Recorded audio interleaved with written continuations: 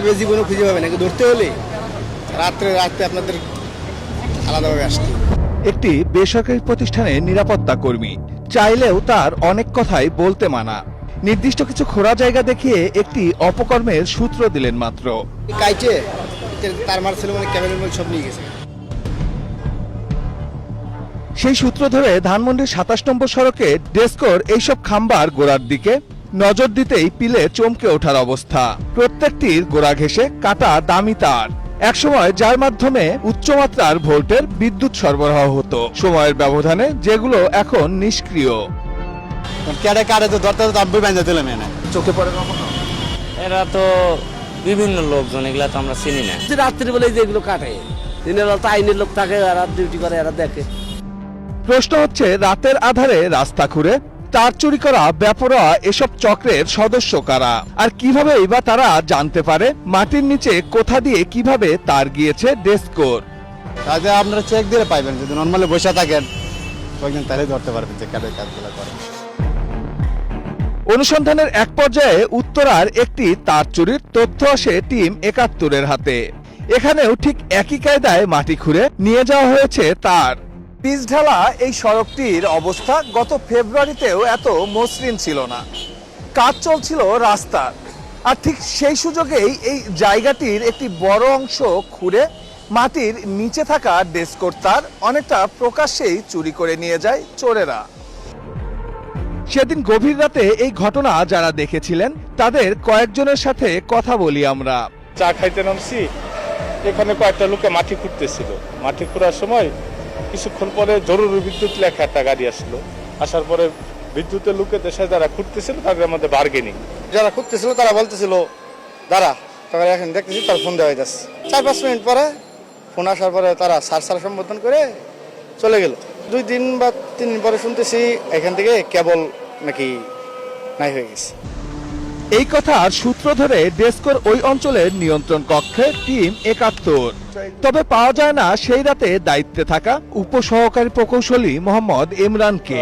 ইমরান হোসেনের সঙ্গে কথা বলবো, সাব অ্যাসিস্ট্যান্ট ইঞ্জিনিয়ার আছেন কিনা।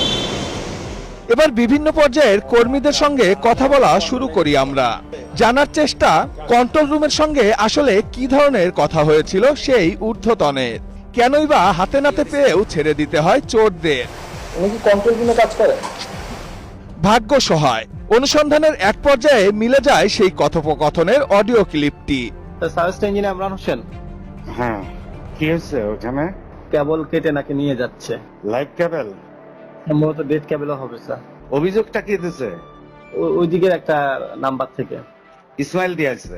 না না স্যার, ইসমাইল না, ইসমাইলকে স্যার আমি পাঠাইছি এখান থেকে। ঝামেলা করে কেন ওদের সাথে? ইসমাইলকে চলে আসতে বলো। আচ্ছা স্যার, আমি বলতেছি স্যার। এবার আমরা মুখোমুখি সেদিন নিয়ন্ত্রণ কক্ষের দায়িত্বে থাকা সেই ইমরান হোসেনের। এটা তো আপনার কথা, আপনি কথা বলছেন। লাইভ কেবল? জি, লাইভ কেবল না, আপনি কার সাথে কথা বলছেন? নাম্বারটা আমার মোবাইলে সেভ ছিল না আসলে। আপনার কোনো ঊর্ধ্বতন কর্মকর্তার সাথেই তো আপনি কথা বলছেন। উনি কল দিয়েছেন। না, আমি অভিযোগ পাইছি, পাঠানোর লোক পাঠাইছি ওখানে। আপনি বলেন, আপনি আপনার স্যারের পরিচয় যদি কনফার্ম না হতে পারেন, আপনি আপনার টিমকে ওখান থেকে তো উদ্যোগ করেননি।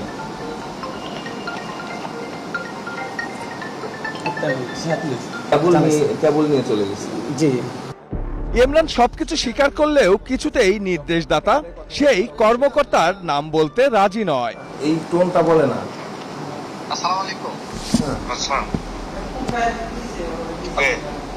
আমি উত্তরা কন্ট্রোল রুম থেকে বলছি। দেখেন, ও আপনি বলতেছেন স্যার, আপনি হুট করে একটা মানুষকে স্যার বলবেন। আপনার ফোনে যদি সেভ নাম্বার না, আপনার ফোনটাতে এই নাম্বারটা ডায়াল করেন না, সেভ হচ্ছে, আপনি ডায়াল করেন।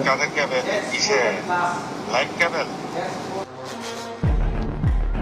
অনুসন্ধানের এই পর্যায়ে মিলে যায় সেই রাতের একটি অস্পষ্ট ভিডিও, যেখানে একটি ট্রাকে তারগুলো লোড দিতে দেখা যায় দুষ্কৃতকারীদের।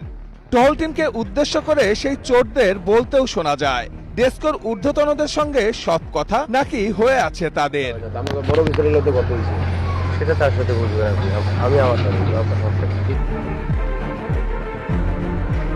যে ঊর্ধ্বতনের নির্দেশে চোরদের হাতে নাতে ধরেও ছেড়ে দিতে হয় টহল টিমকে। এবার তার সন্ধানে ডেস্কোর প্রধান কার্যালয়ে ৭১।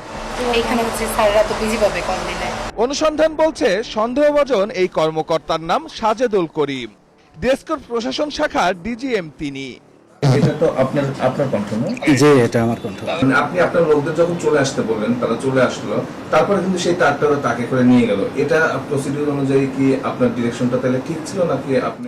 না, ঠিক ছিল না। তারটা তাদের নিয়ে যাওয়ার কথা না, বা তারা তো তখন বলবে যে আমরা তারটা ঠেকাচ্ছি। তার যে তুলছে সেটা কিন্তু বলেনি, বা আমিও জানি না। প্রথম ক্যাবেল উঠছে 2 তারিখে, কিন্তু 2 তারিখ থেকে 16 তারিখ পর্যন্ত কেন সংশ্লিষ্ট অফিস জানলো না, গ্যাংরা কেন জানালো না, এটাই আমার প্রশ্ন। অকপটে সব স্বীকার করে নিলেও তার চুরির দায় দিয়ে দিলেন সেদিন মাঠ পর্যায়ে দায়িত্বে থাকা কর্মীদের ওপর। এবং এদেরকে কিছু টাকা দিয়েছে, গ্যাংদের টাকা দেওয়ার পরে এক গ্রুপ টাকা নিয়ে গেছে, টাকা নিয়ে যাওয়ার পরে আবার আরেক গ্রুপকে পাঠাইছে। এবার তাই খুঁজে বের করতে হবে সে রাতে টহল টিমের দায়িত্বে থাকা ডেস্কোর লাইনম্যান ইসমাইলকে। হ্যাঁ, সহকর্মী ইসমাইল ভাই। ফোন দিয়ে ভিন্ন পরিচয়ে দেখা করতে চাইলে অফিসে যেতে বলে ইসমাইল। পরে অবশ্য জেরার মুখে সে রাতের সবকিছু অকপটেই বলে দেন। আমি যাই উপস্থিত, ওখানে দেখি ওরা গাড়ির মধ্যে বেকু দিয়ে তার টান দিয়ে কেবল বের করে মাটির নিচ থেকে, আবার লেবাররা ট্রাক লোড দেয়। ট্রাক সহ বেকু এবং কেবল উপস্থিত, ওই সব কিছুই পাইছিলাম আমি। ইসমাইল যদি টাকা খাওয়ার জন্য গাড়ি আটকায়, তাহলে তো ওনারা আমার টাকা ইনভেস্ট দিছিল, অফার করছিলাম, তো নেই নাই। ওই গাড়িটা আপনি শেল্টার দিয়ে বিক্রি করেন, আপনিই আটকাইছেন। ডেস্কো অফিসাররা তো ফোন দিয়ে ওই গাড়ি ছাড়ানোর কোনো যুক্তি আমার মনে হয় না আছে। যেহেতু গাড়ি ছাড়ার বা গাড়িটা ছেড়ে চলে আসতে হবে বা ধরছি, আমাদের এইটাও অপরাধ। সেক্ষেত্রে বোঝা যাচ্ছে যে নির্দিষ্ট যারা ছাড়াইছে তারা দোষী। তবে এই তার চুরি নিয়ে ডেস্কোর শীর্ষ পর্যায়ের কর্মকর্তারা কোনো কথা বলতে রাজি নন। বিষয়টি নিয়ে তদন্ত চলছে বলে জানিয়েছেন তারা। না, এমডি স্যার বাইরে আছে। তবে অনুসন্ধান চলাকালেই ৭১কে তথ্য দিয়ে সহযোগিতা করেছে এমন সন্দেহে একজনকে সাময়িক অব্যাহতি দিয়েছে বিদ্যুৎ বিতরণকারী কোম্পানিটি। সুমন তানভীর, ৭১, ঢাকা।